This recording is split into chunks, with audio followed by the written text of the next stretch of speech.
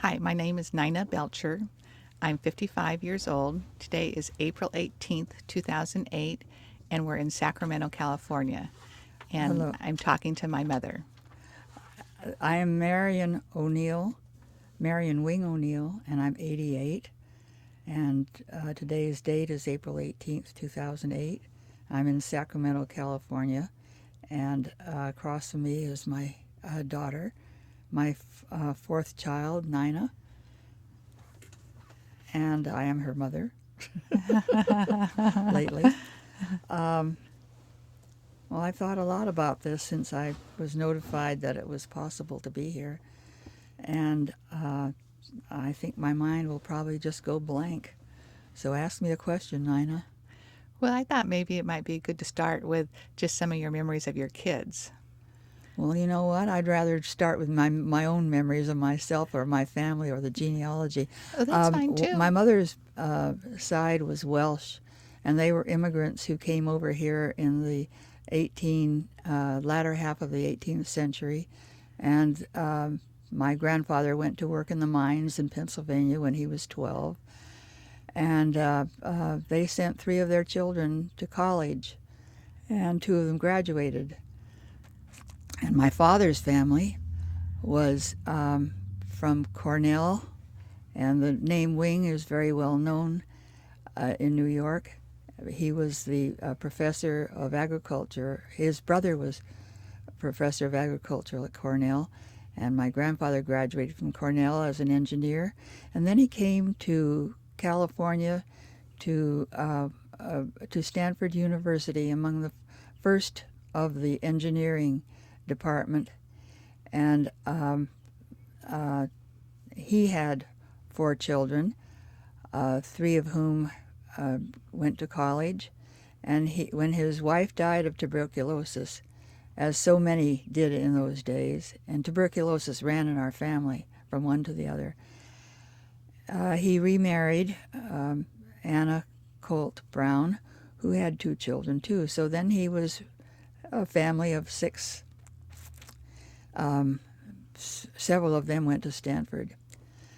And then my father and mother met uh, uh, before World War I on a train. And they wrote during the war and came back. After he came back to be demobilized in Seattle, which is where my mother lived.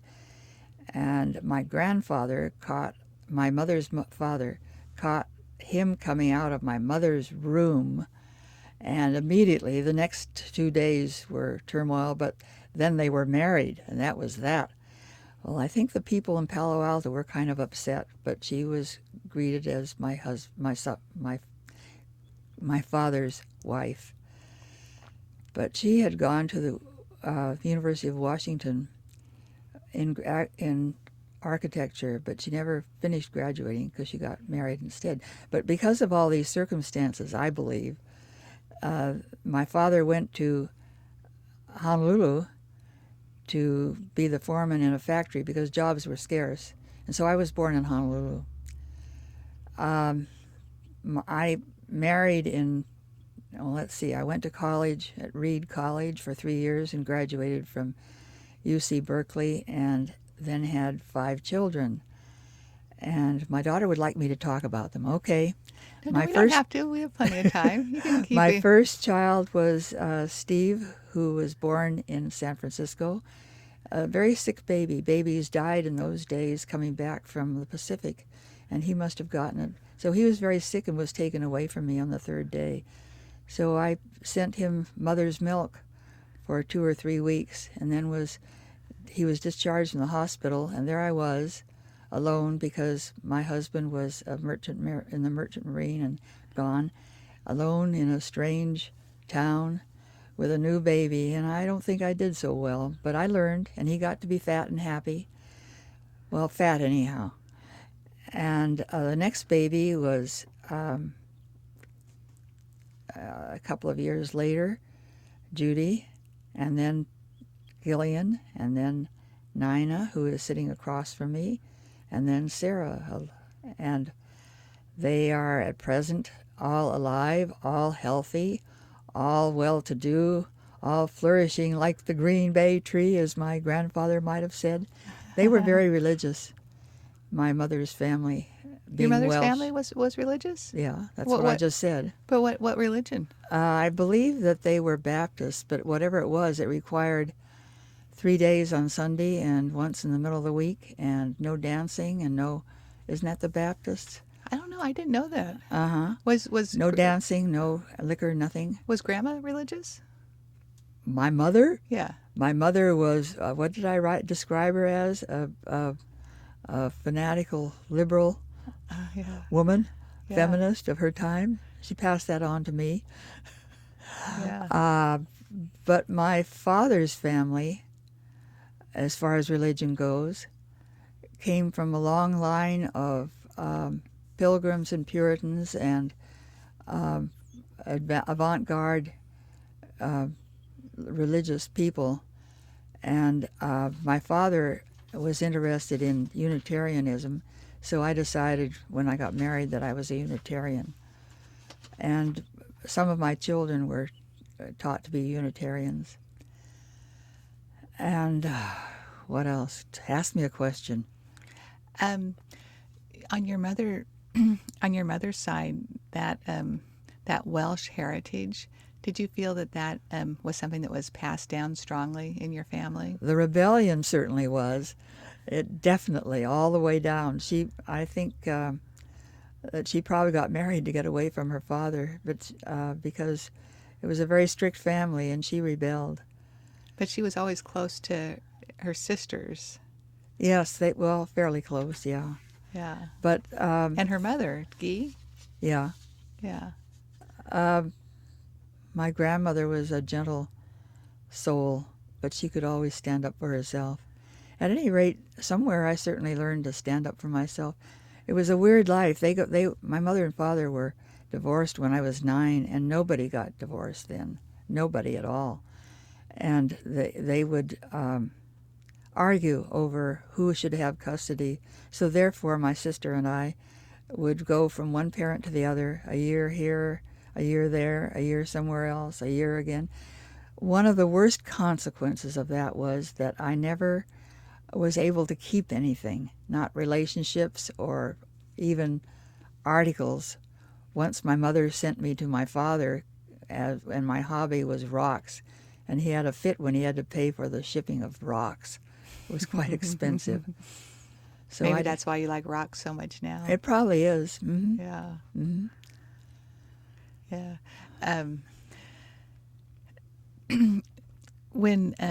When you were young, you spent more time around your father's relatives. Is that right? In California? No, I spent a lot of time. In fact, I lived with my grandmother, Guy. I lived with her for a while when my mother was flitting off. She flit off quite a lot. Oh, you did? How old were you when you lived with Guy? Probably 7 or 8, and then I went to live with my father for 4 awful years. But anyhow, what did you ask me? I wanted to answer. I was wondering if you'd spent more time with your father's relatives. You know, all of those people in I Palo spent a Alto. lot of time with relatives in one way or another. But in California, my father always came back. His father was a professor of engineering and was a consultant on the Golden Gate Bridge. And he had a reputation, and he was not happy with that divorce at all.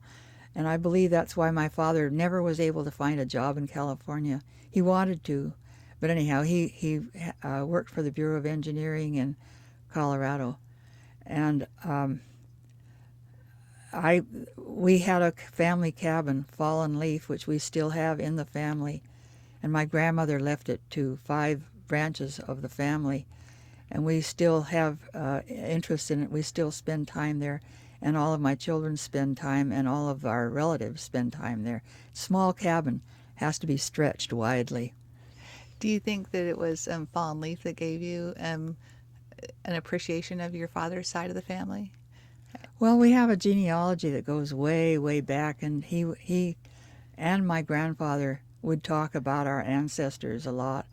So I have these records that go back for many years, and some of them are talk about one of my relatives was kidnapped by the Indians, he and his wife and his children, a couple of the children were killed, but then he escaped, and later, I'm embellishing some of this, but part of it's true. He and his wife and his children were later ransomed. Was that a wing relative? It was on that side of the On family. that side of the family? Yeah. Yeah. Oh, uh-huh. This is written on the back of one of those records, and it Yeah. refers to the actual Uh-huh. record of it, wherever it was obtained from. Palo Alto was very important to me. I thought it was my home. Having no home, I thought because we went back once in a while, I thought Palo Alto and Fallen Leaf were my home, but they weren't. But I was homeless. but I did- was one of the original homeless. I guess that's why I'm asking if you felt like your father's side of the family had more of a influence on you than your mother's side. Well, I sure have a very Puritan attitude toward life, and I You certainly certainly have got, that rebellious side too. and I have the rebellious side too. Yes, That's I for do. sure. Yeah. Uh-huh. Yeah. Um. So so then you're in your 20s and you have two kids and No husband. It was during war. yeah, during the war. Yeah. Um, do you want to talk about that time in your life before you had the second group of kids? Well, no. There isn't that much to talk about. Um, I sought a steady home. I wanted a home, someplace where I belonged, and we moved several times because your father was an alcoholic, and he would get in. I would want to leave, and as my mother's example, leave him. So I would leave, or threaten to leave, and so we'd find another house. And eventually we ended up in Oakland, and then we did get divorced, and I remarried about 7 or 8 years later, and I have had a very happy life since I married my husband, Bob O'Neill. But it was a very unhappy life from the time I was born, and mostly my memories. One thing I do, I hope you never do, make a statement of all these terrible things that happened, and then every night this comes to you, and it occupies your mind, and then you can't sleep, and it's very hard to get rid of that. It's hard and to I let it work on go. it. What? It's hard to let it go. Oh, I have never succeeded in letting the bad things go. Yeah. And I try to remember the good things since Bob and I were married to chase them away. Well, since your 5 kids were the good part of that earlier life, They and were the only good part. and since your 5 kids will probably listen to this recording, maybe you could just say something. Pushing. Say That's something Nina. She sweet pushes. about each of the children. All right, something sweet. Yeah, Start something with Sarah. a nice memory. Oh, I have to say something about all 5. I can't pick them out. Yeah. I can't do that because for Bob and I to have Steve and Judy and Gillian and Nina and Sarah back us up as we have gotten very old. Bob is 81 and I'm 88. To have them in our lives and supporting us is what every person my age would want. As far as individually, you just can't do that. I can't do that. Well, no, just a nice memory, like you. Well, I talked about you on the we forgot that we had you when you were brand new and left you on the bed and went off to church and remembered halfway on the freeway that we'd left something behind, went back, and there you were still looking up at the ceiling, perfectly peaceful. And Sarah, Was I a good baby? you were a good baby. Sarah was a good baby, but Sarah was a joy and a delight. She was my last, and nobody else was around, and we used to play together. Yeah. It was wonderful. I think our whole family loved Sarah. She was Oh, fun. no, to- they don't. Everybody doesn't love everybody in our family. No, when she was Just a child, sometimes. I just remember we And all then played with her. Gillian was so serious and so grave and As a child? shy. She would grab my skirts and hide behind them if somebody came to the door, or if we were out and somebody talked to us. She would literally climb inside my clothes to get away. And Judy became my support through some very bad times. And so she sort of lost her childhood that way. And I always think of how she helped me.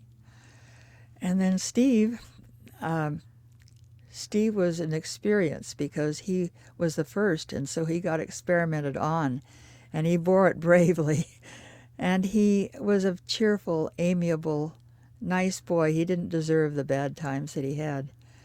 And he's done some wonderful things for us. He sent us to Kauai to a condo for a week. That was a wonderful experience. And who else is left? Have I got a few more around the corner? You said something nice about everybody. You always want things evened out, Nina. Well, I just think that everybody will listen to it and want to hear their name. Oh, you know something else I want to address? Intellect. My children are very, very bright. But the interesting thing is that in the last 5 years, I've discovered that I am very, very bright, even as I am losing it bit by bit, and surely I am. I also have discovered, looking back, how damned intelligent I was, and I never knew it. You didn't know it? Never knew it. Just accepted that I was a B student, a B person, a B everything. That's a cover, because I wasn't. I was smart. I'm still pretty smart. I think we all think you're smart. Yeah, I've got a computer, and I use it a lot, and I keep learning new things on it. Yeah. And I had a computer before any of you did. That's probably true. It is true. And before any of my friends had it. I think that is one of the strongest images I have of you is your just strong curiosity and desire to learn. Yeah, curiosity. Yeah, I am. We were talking about that last night at church, about curiosity and where it leads you. And on the computer, it leads me to dip and dive constantly, and it's not goal-oriented. I'm not headed towards something, so it can waste an awful lot of time, and it's a habit I'm going to stop. If I'm investigating something, I'm going to set up a goal for each thing I'm investigating, so it has some purpose to it. Curiosity is okay, but more important than curiosity is creativity.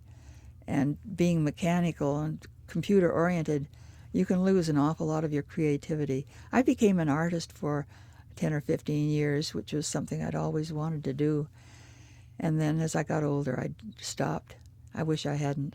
I wish I was still painting. That was an important part of your life, wasn't it? It was very important to discover this. Yeah. See, my father had told me when he asked, at 18, he asked me what I wanted to do. And I said, I want to be an artist. And his answer was, you can't make a living at that. And that squashed me, and it shouldn't have. The drive wasn't strong enough. I was too good. I was an obedient child when I lived with him. There was no rebellion. He used corporal punishment, and so did my mother. They both did. So on the whole, as I think about my mother, she was the most important thing in my life. She was nurturing and loving, controlling and guiding, and she didn't let go of me soon enough. She should have. And my father was, I was to be in his image, and I was to be a Stanford person and to belong to a sorority, and I didn't. I went to Reed College instead. How did you end up going to Reed? Was it considered that intellectual type school that it is Well, today? because my mother and father, first of all, my father second of all, he found some friends who knew about Reed. My mother discovered it. She looked up a lot of small colleges, and out of that, we selected Reed. And the trouble with Reed is it has an honor system. And if you have never been brought up in the honor system, then you don't know how to abide by it. And within the first couple of months I was there in the dormitory, I came home late and climbed in a window so I wouldn't be caught. I didn't know you can just go get the key from the and just go in. It was okay. And it's on the honor system. So later, when I discovered an honor system, I was betrayed twice. I was accused of cheating, and I hadn't. I had figured out a problem for myself. One of them was I went to be a counselor in Colorado, Uh-huh. and at a camp, and I had my little tent people help me go out and collect butterflies because we had to present for a class the next year.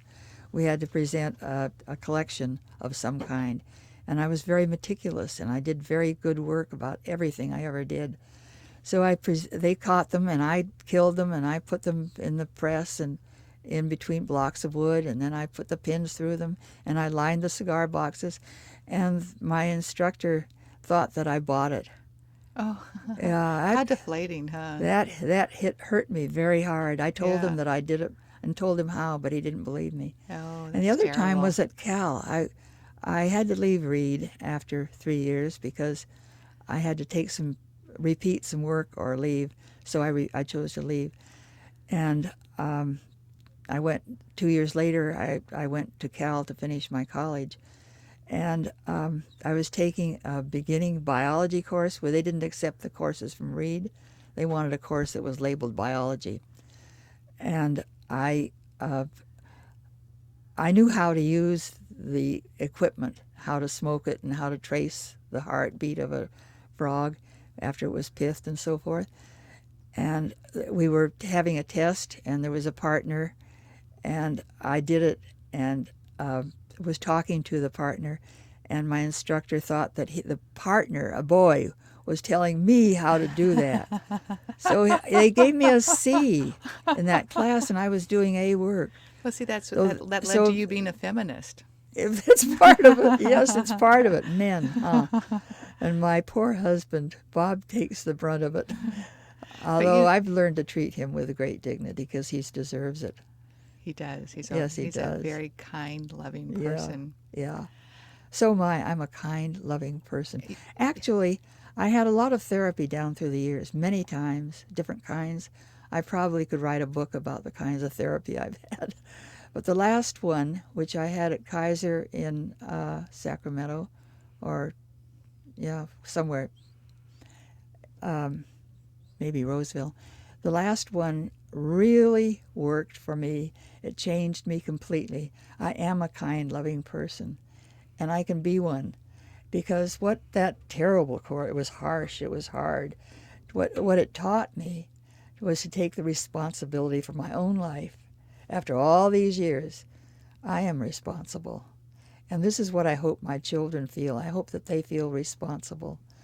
And I hope that they feel like I do, that I am part of the world and that I am air and water and fire and earth and that and spirit. Uh, he also adds spirit. This is a Canadian biologist, philosopher whose name I can't quite get right. But anyhow, I hope all of them are that way because all of our molecules will meet, every one of them, and will be transmuted into each other all over the world. I believe this. It was Yeah. hard to find a belief, but the Unitarian Church has helped me find that because you can believe anything you want to in that.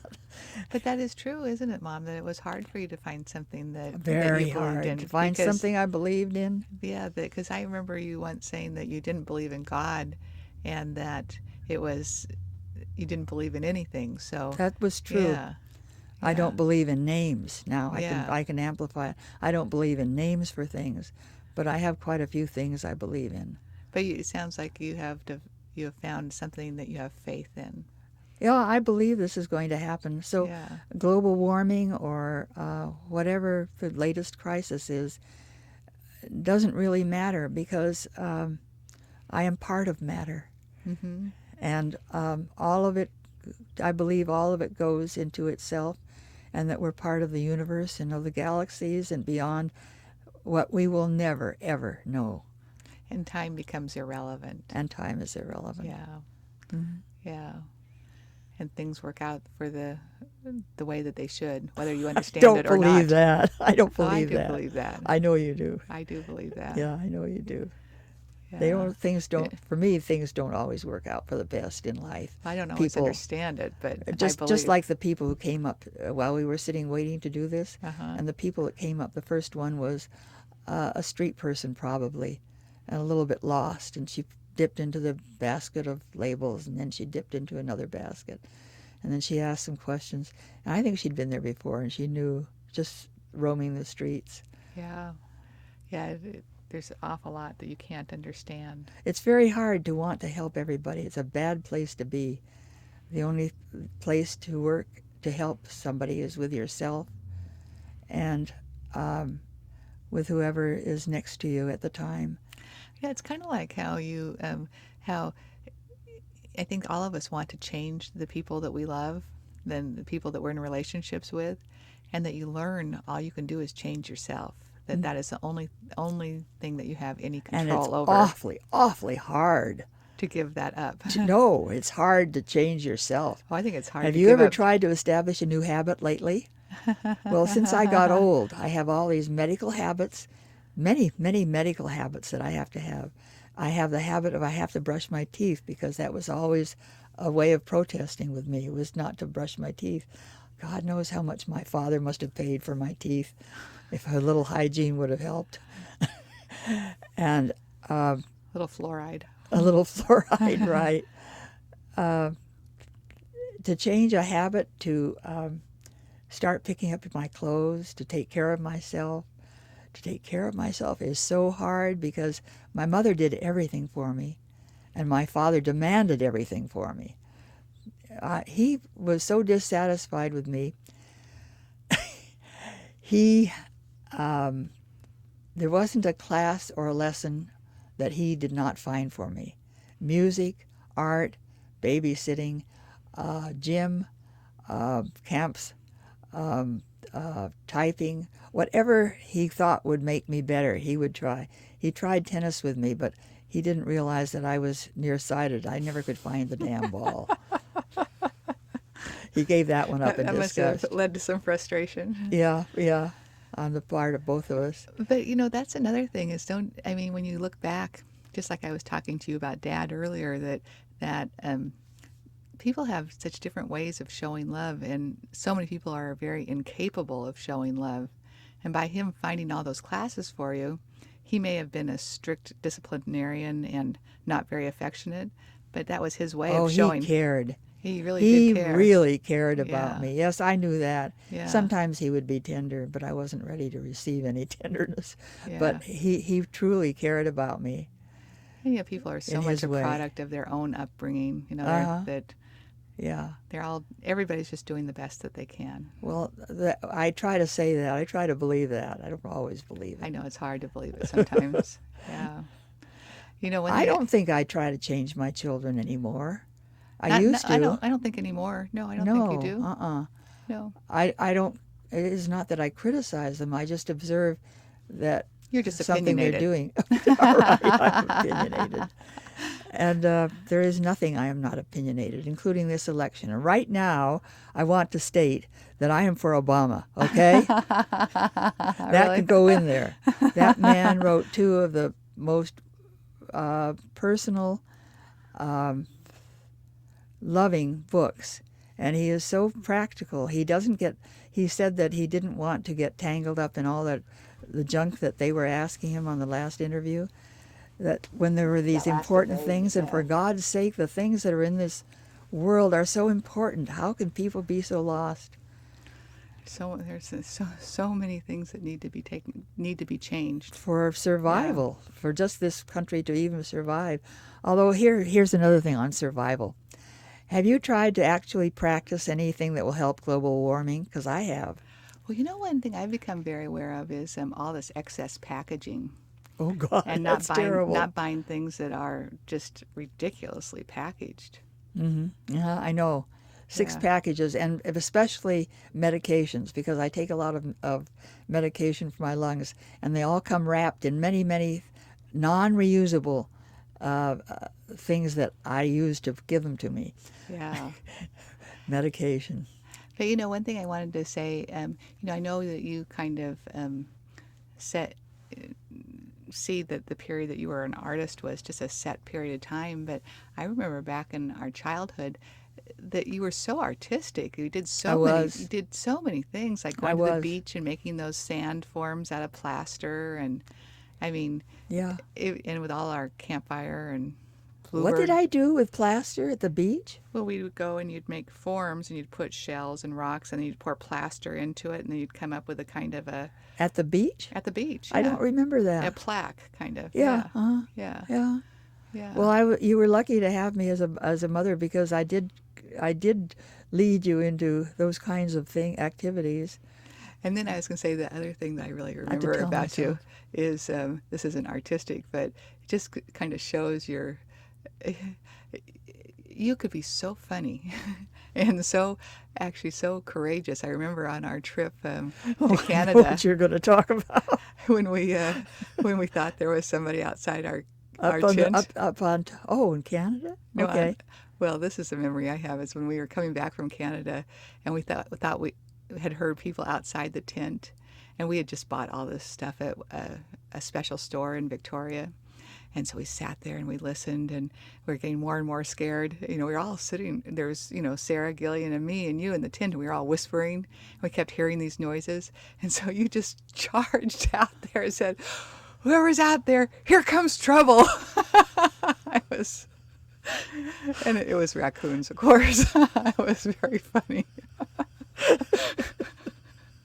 Well, I remember the time in Santa Barbara when we were renting a condo, and Uh-huh. upstairs there were all these footsteps, and it was supposed to be empty, and we were surrounded by college students who could care less. Yeah. So the college students next to me didn't want to do anything.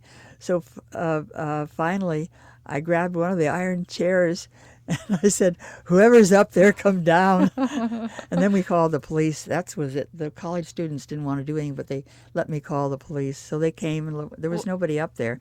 But I think there was. I do believe we heard footsteps. yeah. Well, it Yeah. was what you realize when you're a single parent that there isn't anybody but you. Yeah. That's right. Yeah. That's right. Yeah. Yeah. But you have that those I think that those are a couple of qualities that I'll always associate with you is this um, really strong spirit and a great sense of humor. Yeah, Bob and I have that kind of sense of humor. We spend a lot of time laughing, and nobody around us is laughing. And inappropriately, we laugh. And we make inappropriate jokes and laugh. And it's a delight to be married to a guy who has a sense of humor. It's very funny. It's a joy. How Yeah. did It's you meet Bob? at a class in psychology I was taking to upgrade myself to be a teacher. I was an occupational therapist, and I didn't like it. I had gone to school in the last few years of our marriage, and commute. Oh God, I had energy and courage, right? And so anyhow, his profession was sending their men to take courses in psychology. So I met him, and he always tells a story about how the clouds were gathering over me as I spoke after outside the class when we were leaving. Oh, uh-huh. We have a stormy relationship. Oh, The storm is on my side.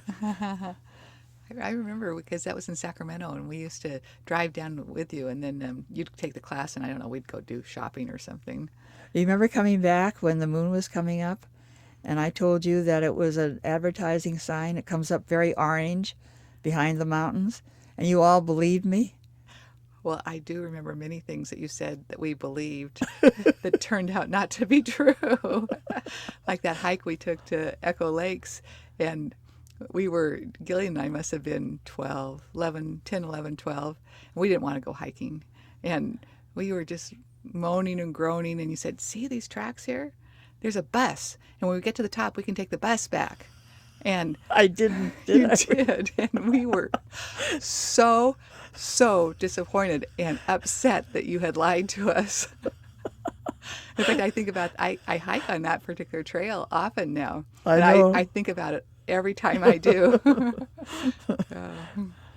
Well, when you were little, you always had Gillian to front for you. I did, yeah. She was 18 months older. And so Gillian, who had been so shy, so terribly shy, that she climbed inside my clothes to get away from strangers, but she would take on whatever the situation was, and you were there hiding behind. Hiding The other behind thing her. is, the other thing is, you always tried to do what she was doing, and that was one reason I had her go an extra. I did have her finally skip a grade, and it was not a good thing for Gillian. I don't know if it was good for you or not, but she shouldn't have been skipped because she wasn't emotionally ready to be. That was at junior high school age. She wasn't emotionally But she ready. skipped third grade, didn't she? Uh-uh. Third or fourth grade it No, was. she didn't. Uh-uh. No, she skipped eighth grade or ninth grade. Yeah, she did. This is what happens all the time. My daughter, Nina, has a better memory of what happened to me than I do, she thinks. Anyway, but I actually, it's taken me 50 years, but I do appreciate now What? that it's hard for an older child to have a sibling right behind them trying to outdo them at every step. Yeah, well, you see, my sister was 4 years and 3 months younger than I, and I don't even know that she existed, truly. I Because have she memories was, of her, of she and I fighting a little bit as little children, but uh-huh. because of that distance, she was doing other things in other schools in other places. It was far So I enough have so that you very, weren't, very yeah, little memory of her, and I yeah. regret that. I'm sorry now that I wasn't a better friend toward her in the latter years of her life before she died. I do. This is something I regret. Is there anything else in my life I regret? Yes, I regret being boy crazy for so long, long after most adult women have gotten over that. Really? When were you boy crazy? From the time I discovered boys, I guess when in junior high, or And in junior high until I don't know. Let's see, until I was divorced. you mean that you like gave them a false sense of importance? Is that what you're thinking? I gave the boys. Let's see, when did I get over being boy crazy? The minute I was married, I got Uh-huh. over it. Yeah. But I still had an eye for men, and I used to flirt a little, but not until he was unfaithful to me. And that was part of my life. Was all this alcoholism. Sad. It's a Yeah. past. I don't think about it most of the time. But that boy craziness got in the way all the time. I should have been using my intelligence and having fun and learning square dancing. I did ski a lot. Skiing to me was the most wonderful pastime that ever in the whole world. And when I finally quit skiing when I was about 55 or so, got too expensive for me before, we were married, but it was just too expensive. And I could ski now, but I haven't got the muscles anymore. I even think about doing cross country, but it would take so much energy, and I really don't have energy anymore. It's going gradually. And so one more thing I need to talk about. I think I'm going to live to be 100, and I regret this. You do really? I sure do, because I'm really quite happy, and I've experienced many things, and I've been many places, and we've traveled, and I've tried many different activities. There isn't much that's strange and unusual anymore, and my curiosity doesn't lead me into anything good at being that old. Well, it might be something that turns out better than you expect. Well, you don't have as much energy as you wish you had, and so you don't have the energy to do the things you might be interested in. Anyhow, I regret that I might live to be 100, and I hope I don't. But Mom, you probably 10 years ago probably didn't think you'd live to be 88 either. Well, actually, I didn't. Yeah. And In fact, Bob and I set time goals about every 5 years. He didn't think he was going to be 80. He thought he was going to be dead when he was 75. And now he has reluctantly agreed that he might be 85. yeah. And I think that, unfortunately, I might be 100. No, Well, I think practically, how long? Practically, I think probably another 5 years, at least. well, I think that this has been a real gift for your family because I think that you are that at least from my point of view, I'm getting to know you in a way that I didn't get to know you when I was younger. That you seem more accessible. Well, I am. I told you that therapy changed me. I didn't want to do this because I have been a very, very private person, a very private person for various reasons. For one thing, I felt that I had to conceal my life in the Bay Area, and I tried to conceal it. And for another, I had been hurt so much, I just didn't want to experiment and get hurt by anything. And I didn't trust anybody. Well, this therapy changed that. I trust people I don't know, and I experiment, and I'm friendly. I'm not at all like myself. I'm So not. see, so maybe there's a good reason to live to be 100. Maybe Well, there'll be gifts that you don't don't expect. that's possible. Yeah, That's possible. yeah.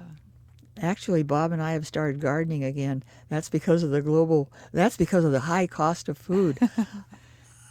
There are no good tomatoes anymore. I don't know how it is in New York or somewhere else, but there are no good tomatoes that people don't raise in their own gardens. That's Those true. tomatoes are some travesty foisted upon a helpless public, unquote. And that brings you a lot of pleasure, though, getting out in your garden. Yeah, Yeah. And also we have all the help that we can use to do all the difficult things, Hmm. and that helps a lot. And then we always have excitement every day. It's a different kind of excitement than living in a city, but we have our deer. Oh, Bob, the deer are in the garden again. They got through. Well, you know what they can do? They have no problem with 6-foot fences. They just go. Have you ever seen one go? Hmm. They go straight up in the air and then down like that. Well, I guess we're getting to the end of our recording, but Okay. I'm really glad you agreed to do this. I know you had a lot of Well, I haven't touched on fears some of and the subjects I trepidations. thought I might.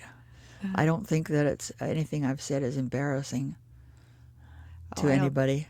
I don't think there's anything that you've said that's embarrassing. I think that people will really appreciate and treasure having this. Oh, by the way, did you know that I write poetry? I did know that.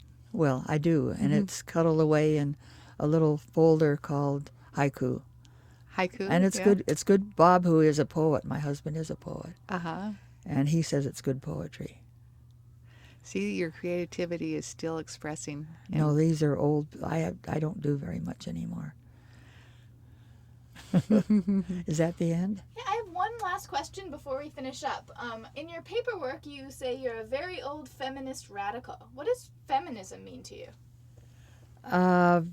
That I have rights like other people called men have. Mainly that. And having. you raised your daughters to think that they could do anything, anywhere, anytime. There was nothing that we could not do. Really, that's quite a gift. Yeah. I've They are never. very, very independent. All five of them go places and do things that are sometimes unique, and they're free of being told what to do by other people. At least they seem to be, within normal limits. Yeah. Well, Mom, I love you very much, and thanks for doing this with me. Well, I did do it for you, and I didn't cry either. That's a miracle.